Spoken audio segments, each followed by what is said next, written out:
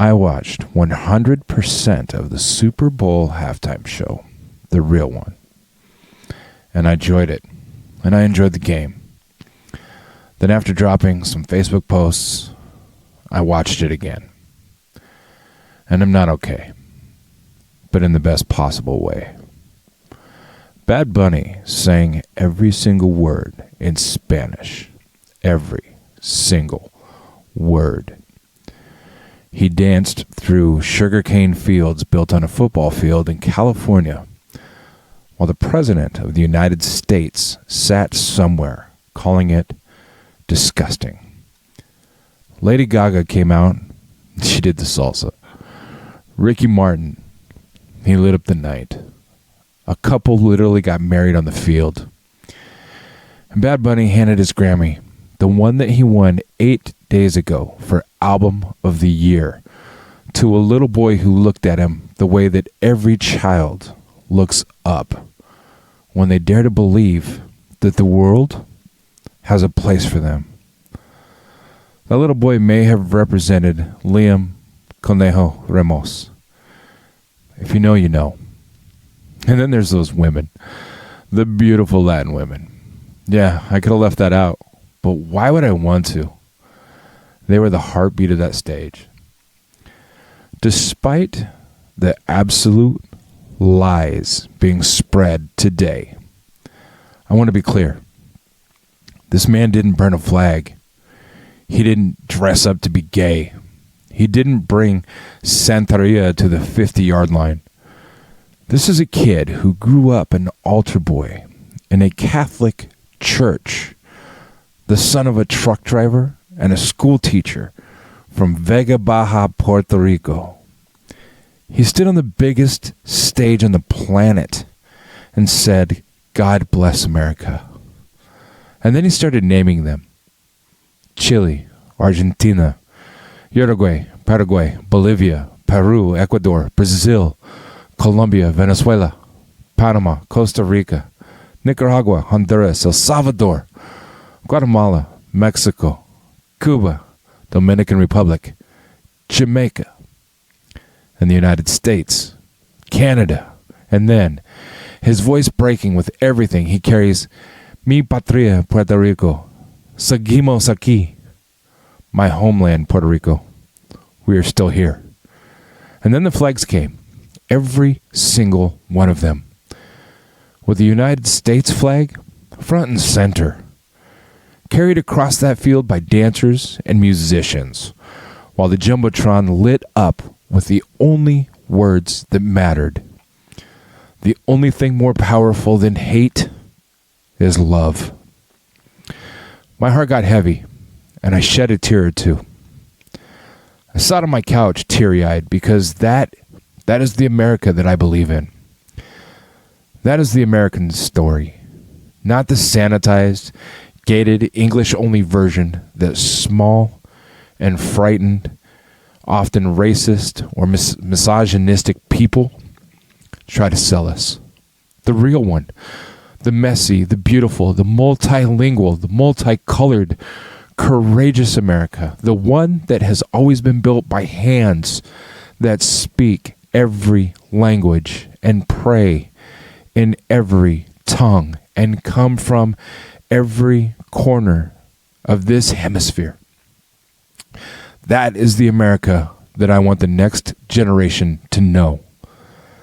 That when the moment came, when the whole world was watching an average kid from Puerto Rico who grew up to become the most streamed artist on earth, stood in front of 100 million people, sang in his mother's language, blessed every nation in the Americas.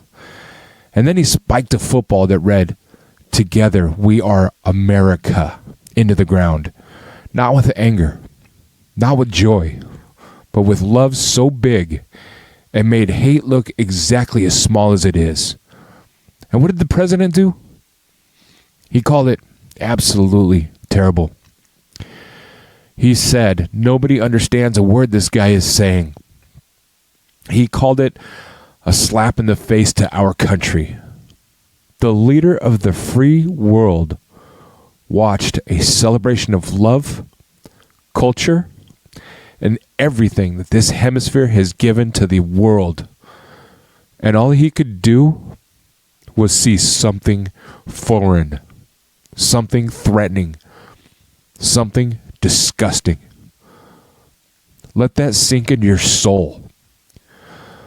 The man who was supposed to represent all of us looked at the flags of our neighbors, heard the language of 500 million Americans across this hemisphere, and he felt attacked.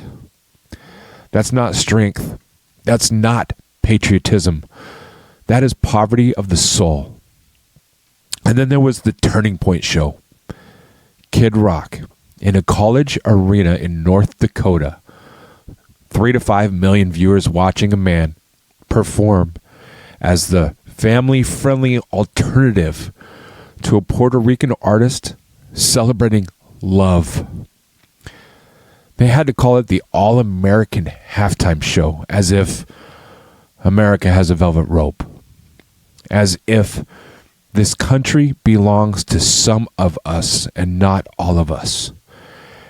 As if you need to sing in English to count.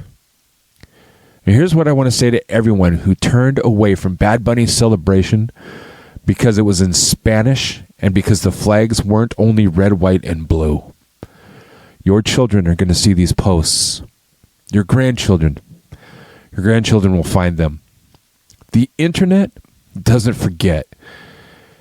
And one day when history of this moment is written, when our kids and their kids look back at 2026 the way that we look back at the people who stood on the wrong side of every bridge and every march and every moment that mattered, they're going to know exactly where you stood.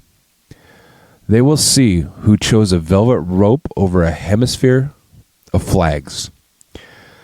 They will see who called love disgusting.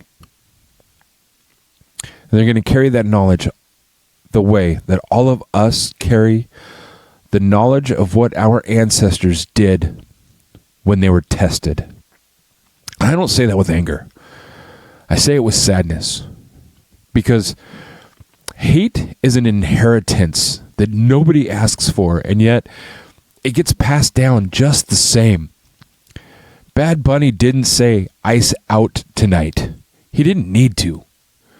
He just showed the world what America looks like when we are not afraid of each other. When culture is shared, not policed. When language is music, not a threat. When a flag from every nation in this hemisphere can walk across an NFL football field together, and the only words you need are the ones that he gave us. The only thing more powerful than hate is love. Over 100 million people saw that tonight, and no social media post can take that away. And like Bad Bunny, God bless America.